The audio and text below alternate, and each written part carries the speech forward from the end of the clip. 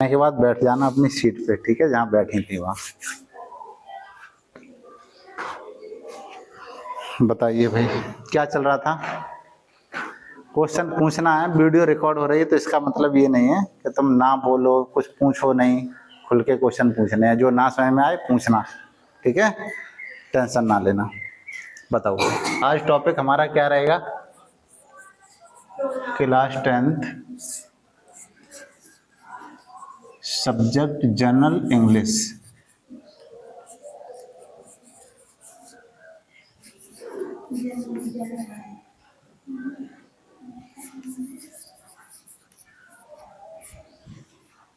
Date कितनी है आज? 24 जुलाई है ना।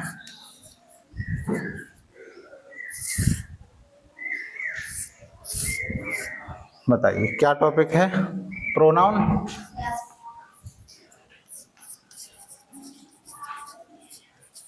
प्रोनाउन को हिंदी में क्या बोलते हैं?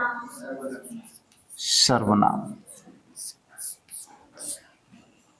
बता सकते हो सर्वनाम क्या होता है? यानी वे शब्द या वे वर्ड्स जो हम नाउन के स्थान पर प्रयोग करते हैं, उन शब्दों को हम क्या बोलते हैं? सर्वनाम। यानी इंग्लिश में हम उनको प्रोनाउन कहेंगे। इंग्लिश में अगर डेफिनेशन इसको डिफाइन करें तो बोल सकते हैं the word which is used in place of noun. यानी वे शब्द जो किसी नाउन के स्थान पर या संज्ञा के स्थान पर बोले जाते हैं, लिखे जाते हैं, उनको हम सर्वनाम कहते हैं। क्या बता सकता है कोई व्यक्ति, कोई स्टूडेंट, सर्वनाम हम क्यों यूज करते हैं? बताओ क्यों यूज किया जाता है? हाँ, अपनी भाषा को प्रभावशाली। यानी हम सर्वनाम का यूज, प्रोनाउन का यूज इसलिए करते हैं ताकि हम अपनी लैंग्वेज को इफेक्टिबल बना सकें, प्रभावशाली बना सकें, जिससे कि हम जहाँ भी बोलें वहाँ इम्प्रेशन अच्छा रहे। ठीक है, जो जितना अच्छा बोल लेता है उसका इम्प्रेशन ज़्यादा बेहतर होता है और पर्सनालिटी में इंक्लूड हो जाती हैं चीज़ें ये। ठीक है भाई, ठीक है। अच्छा चलो लिखते हैं, तो स्टार बना के लिखेंगे एक लाइन में इसको। वे नाउन या वे वर्ड्स जो नाउन के स्थान पर यूज किए जाते हैं, यूज किए जाते हैं।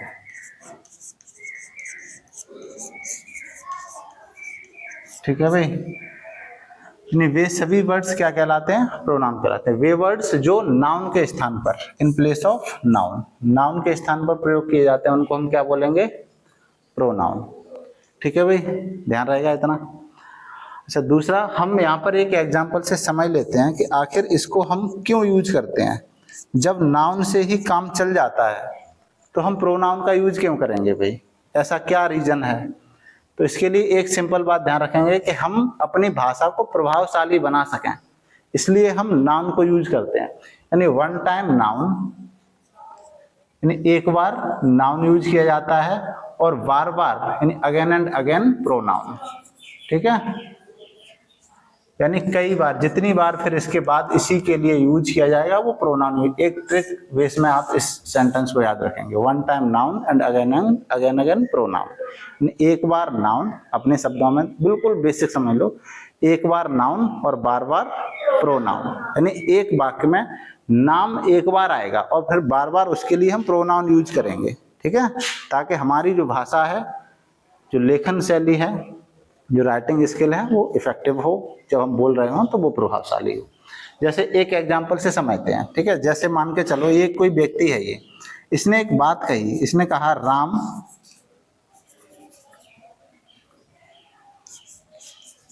एक अच्छा लड़का है, अच्छा लड़का है।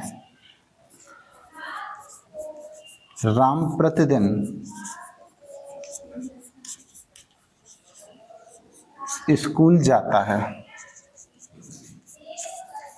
ठीक है, राम अपने माता पिता की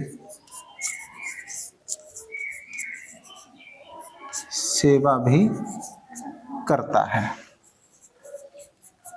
ठीक है, हिंदी में हम चीज़ों को समझ लेते हैं, उसके बाद फिर इंग्लिश में चेंज कर लेंगे इनको। अच्छा, एक तो इसने ये स्टेटमेंट कहा, यानी इसने ये बात कही, इसी बात को दूसरे व्यक्ति ने कहा दूसरे तरीके से। इसने क्या बोला, इसने कहा राम एक अच्छा लड़का है, लड़का है, वह प्रतिदिन स्कूल जाता है, स्कूल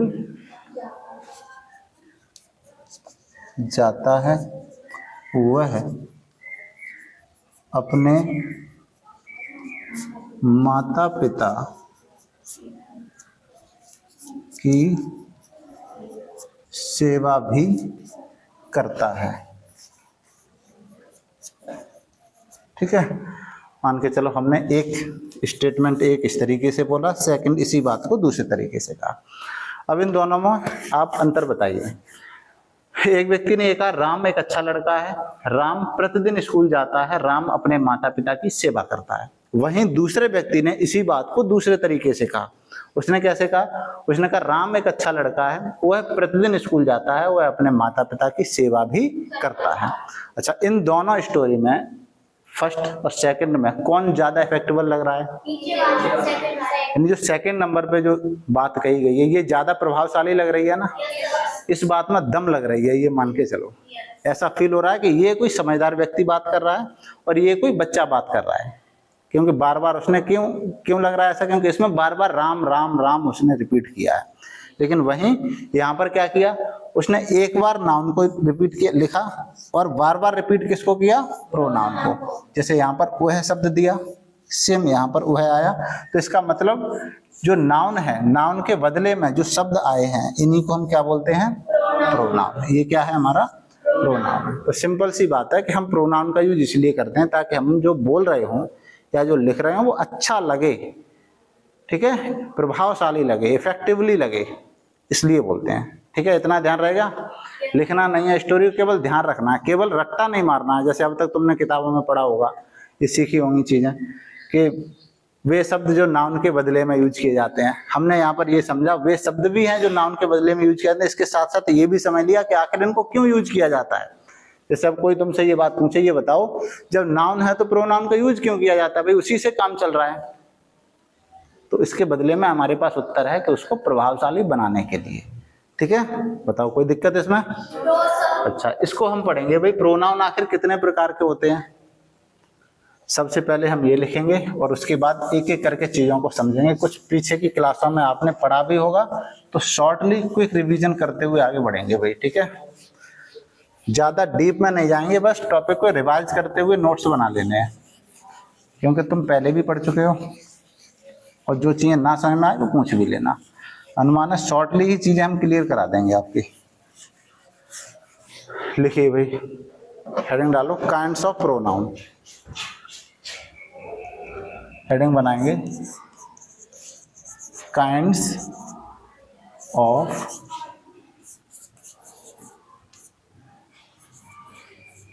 प्रोनाउन।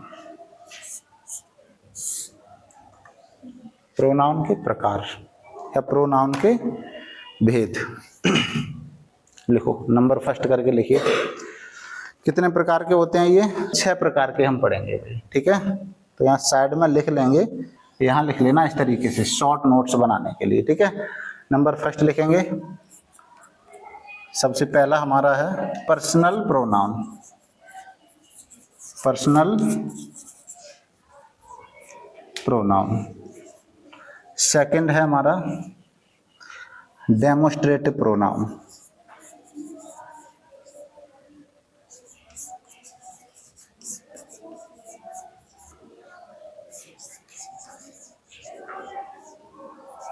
ठीक है, थर्ड है इंटेरोगेटिव प्रोनाउन।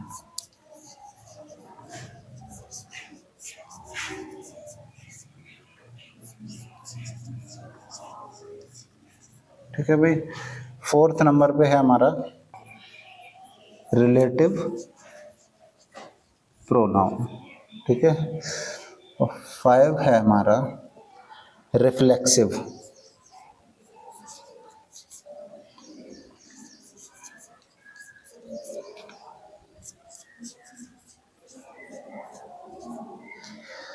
और लास्ट है 6 इम्फेटिक।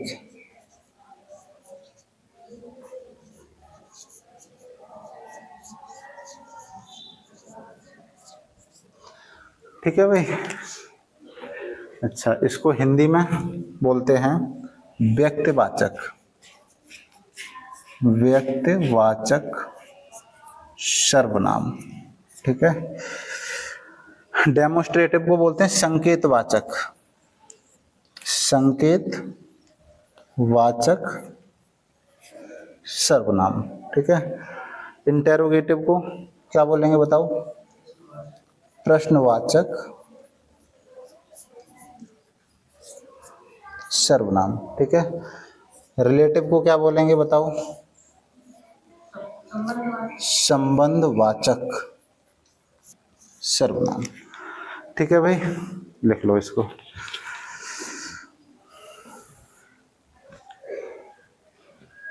ये ध्यान रखना है कौन कौन से होते हैं। अब इसमें हमें ध्यान रखना है पर्सनल प्रोनाउन क्या होता है, डेमोस्ट्रेटिव प्रोनाउन क्या होता है, इंटेरोगेटिव क्या होता है, रिलेटिव क्या होता है, रिफ्लेक्सिव क्या होता है, एम्फेटिक क्या होता है। इनमें कुछ ऐसे प्रोनाउन हैं जैसे इंटेरोगेटिव है और यहीं पर रिलेटिव लगभग एक ही शब्द होते हैं। अभी क्लियर करेंगे पॉइंट को। तो कैसे हम पहचान कर पाएंगे, कैसे हम आइडेंटिफाई कर पाएंगे कि इनमें से कब ये इंटेरोगेटिव होगा, कब ये रिलेटिव होगा। ठीक है। कुछ बेसिक पॉइंट ध्यान रखोगे तो बहुत आसानी से यानी पता कर पाओगे।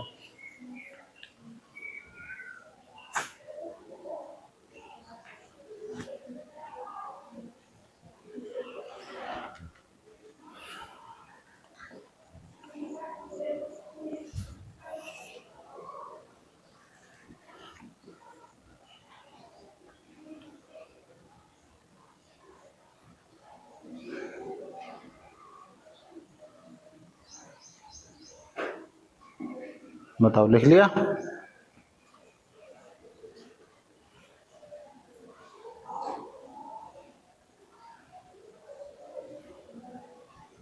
लिख लिया सबने? लिखो, नोट करो।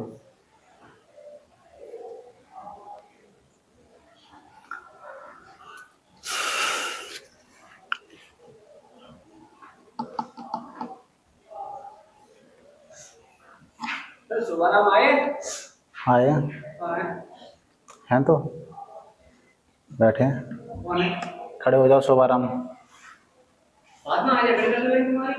लेट आए थे क्या? लेट आए।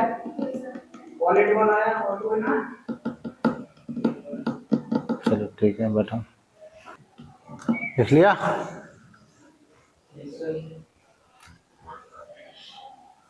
लिखो। आगे हेडिंग डालेंगे पर्सनल प्रोनाउन। ठीक है। पर्सनल प्रोनाउन कितने होते हैं, कितने प्रकार के होते हैं, बता सकते हो? बताओ।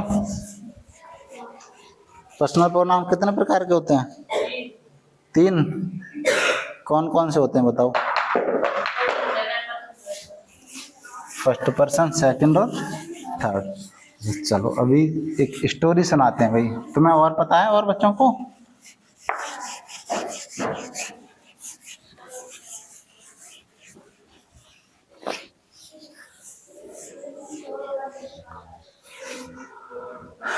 एक कहानी जो आपका ये टॉपिक खत्म कर देगी, पर्सनल प्रोनाउन। ठीक है।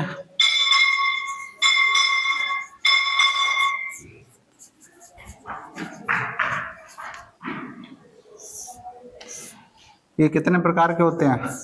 3 प्रकार के होते हैं। कौन कौन से होते हैं? एक होता है फर्स्ट पर्सन, होता है ना, फर्स्ट पर्सन। ठीक है भाई। एक होता है सेकंड पर्सन और एक होता है थर्ड पर्सन। अच्छा, इसमें कई बार बच्चे कंफ्यूज हो जाते हैं कौन सा फर्स्ट पर्सन है, कौन सा सेकंड पर्सन है, कौन सा थर्ड पर्सन है। बता सकते हो कौन सा फर्स्ट पर्सन होता है? बताओ,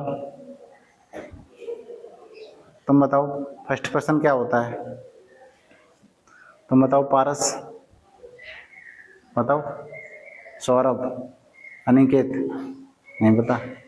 चलो एक कहानी सुनाते हैं, ठीक है, याद हो जाएगा आज, और हो सकता है तो मैं सुनाई भी हो क्लास में हमने कहानी, ये स्टोरी।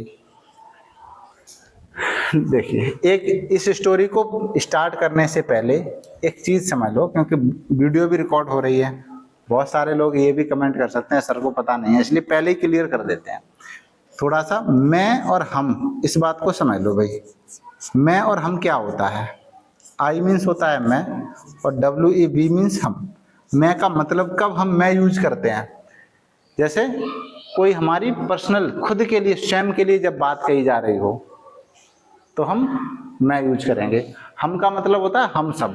जैसे मान के चलो ये चौक है, मान के चलिए, या पेन है, मान के चलो कोई एक, ठीक है, ये पेन है, मान लो एग्जांपल से समझो।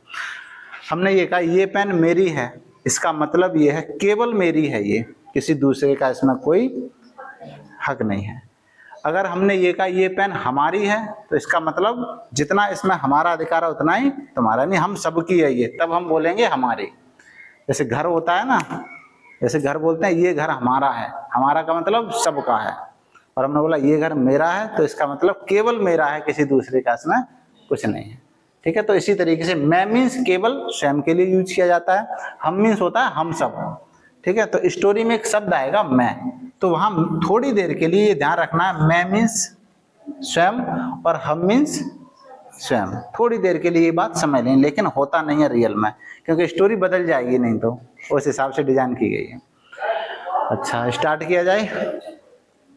जैसे मान के चलो एक बार क्या हुआ, पर्सनल स्टोरी, कोई रियल नहीं है, बनाई हुई है, ये मान के चलिए। एक बार अपने दोस्त की शादी में गए, बताओ, कुछ बच्चों को शायद ध्यान आ गया होगा।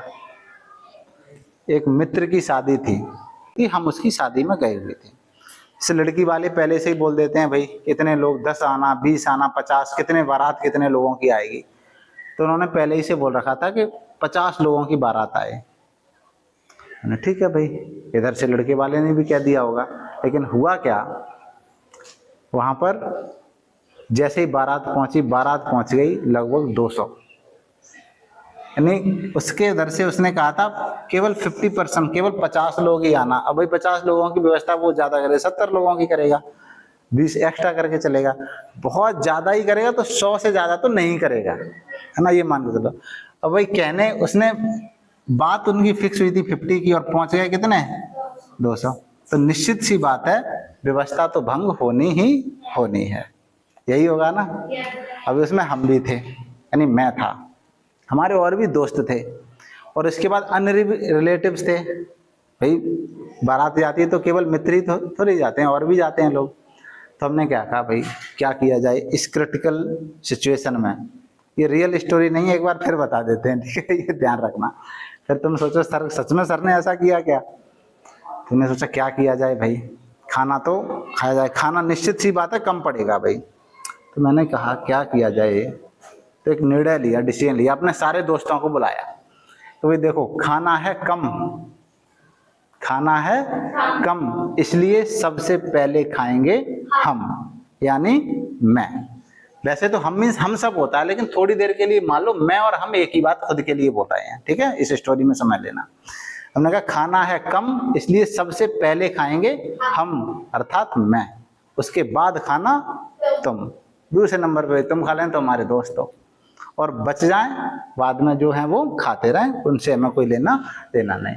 यानी सबसे फर्स्ट नंबर पे कौन, किसने खाना खाया, हमने, आई और बी, मैं और हम, उसके बाद खाना तुम, यू, सेकंड नंबर पे भाई तुम हमारे मित्र हो, फिर तुम खा लेना, पहले तो हम ही जाएंगे खाने के लिए, ठीक है। उसके बाद जो शेष बारात है, ठीक है, चाहे उसमें ही हो, चाहे सी हो, चाहे फिर दे बोल दिया जाए, ठीक है, डॉट डॉट जो भी एक्स्ट्रा।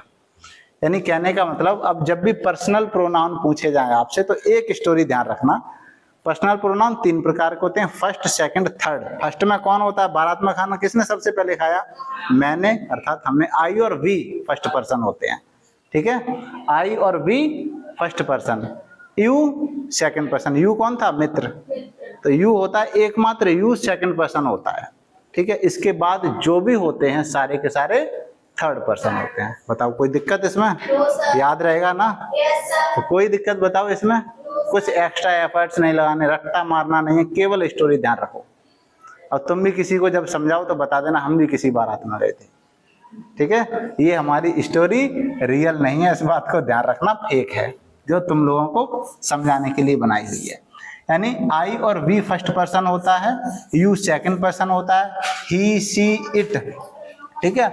और जो शेष रह जाते हैं, किसी का नाम आ जाए, जैसे आ जाए राधा, राम, मुरारी, घनश्याम, ठीक है? ये सभी के सभी किस में आएंगे? थर्ड पर्सन में, ठीक है? आई और बी फर्स्ट, यू सेकंड और थर्ड, शेष बचे हुए सभी थर्ड पर्सन होते हैं। बस आज इतना ही, नेक्स्ट कल।